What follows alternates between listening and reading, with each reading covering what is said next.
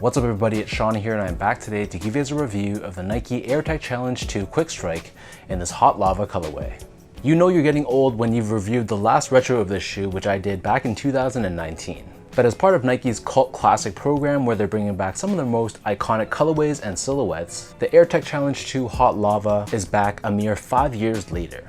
So these dropped today on August 30th for $150 US or $190 here in Canada. And the official colorway for this shoe is Phantom, Hot Lava, Black, Silver, and Pale Ivory. And for those that aren't familiar with this model or this colorway, the AirTech Challenge 2 was designed by Tinker Hatfield, worn famously by tennis superstar Andre Agassi, and he debuted it back in 1990. And for younger heads out there, why the shoe may look familiar to you if you're not even familiar with the model itself is because the tooling or the midsole and outsole, this was used in the design of the Nike Air Yeezy 2. So I've owned a couple variations of this hot lava colorway, and I have to say to the eye test, just looking at pictures of the OGs, these are the most faithful retro I've ever seen, and they're probably as close to the OGs as Nike has ever made. And the crazy thing is that back in 2019, I strolled into a Foot Locker store and I was only one of 2 people that were actually interested in buying this pair. But fast forward to today, and this shoe sold out completely. I had to go to a couple different shops to find my size, and they're actually reselling on the secondary market, which absolutely blows my mind. Anyways, before we go on any further, here's a quick look at the packaging. So this comes in this OG inspired cardboard box with this red top and this striped gray bottom. And we've seen this box before on some of the other retro releases that originated from the 80s or early 90s.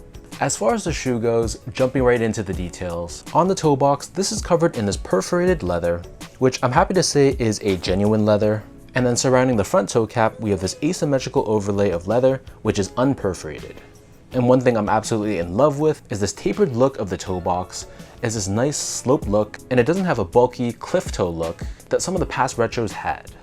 Moving downwards, the bottom 2 eyelets are covered in a cream colored TPU.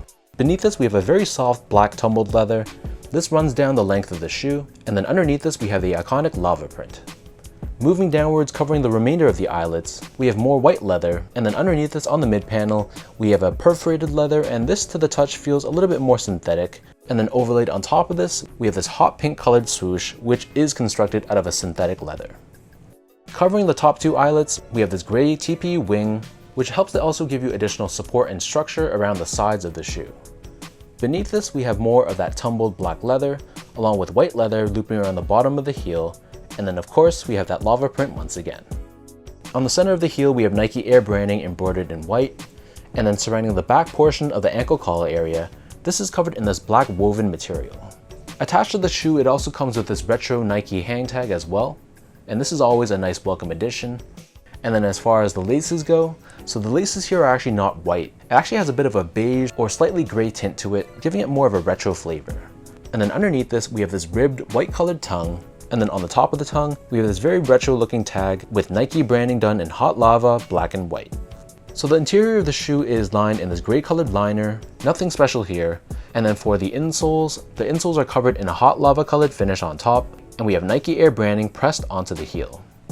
So the upper of the shoe sits atop a polyurethane foam midsole, which is painted in gray on the top, but is done in this vintage looking dark cream color on the bottom. We have encapsulated air underneath the forefoot and visible air on the heel, and then we have this half rubber cup sole covering the front half of the sneaker, and this is also done in more of a cream color as well. Finally, for the outsole, so this is the iconic AirTech Challenge 2 outsole, and this is done in a mix of cream, gray, black, and hot lava covered rubber. We have this circular pivot point on the forefoot, along with a herringbone style traction pattern on both the forefoot and heel, and last but not least, we have Nike branding on the medial edge in the middle. So that breaks down the look and the construction of this pair. And for those wondering about sizing, so my foot measures as a true size 10, slightly on the wider side. I got these true to size or a size 10, and they fit me really well. So I feel like for most people, going with your actual measured foot size, it should fit you fine. They felt maybe ever so slightly long lengthwise, so maybe if you have a narrow foot and you like a snug 1-to-1 exact fit, maybe you could go a half size down, but I feel like for maybe like 90% of people out there, going true to size should fit you perfectly fine.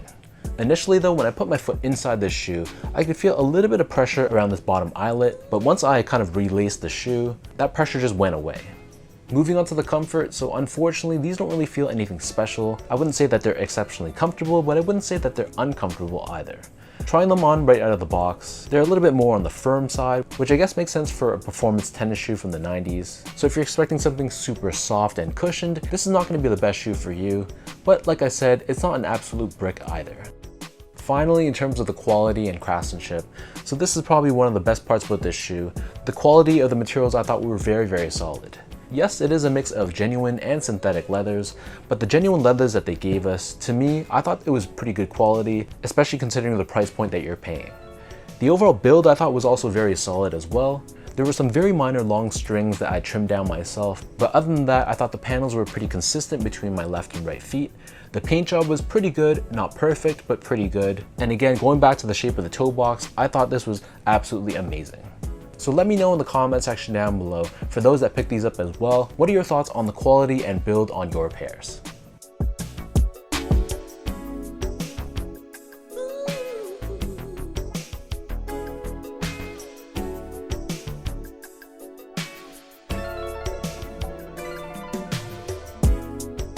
So with all of that out of the way now, let's toss these on feet, I'll lace them up and I'll show you guys how these look.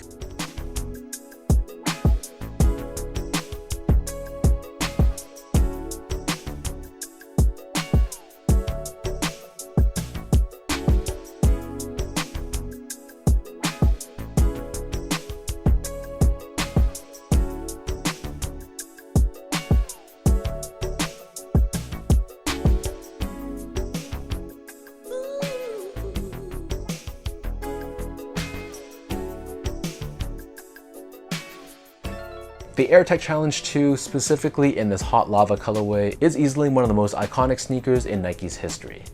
And personally, I'm not going to be mad when Nike keeps retroing legendary sneakers like this. This is just one of those shoes that should be coming back every 5 years or so.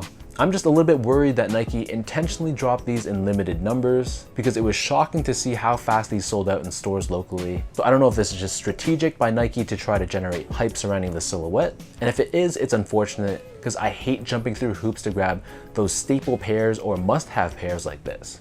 So let me know in the comment section down below, what do you guys think about this hot lava Nike AirTech Challenge 2?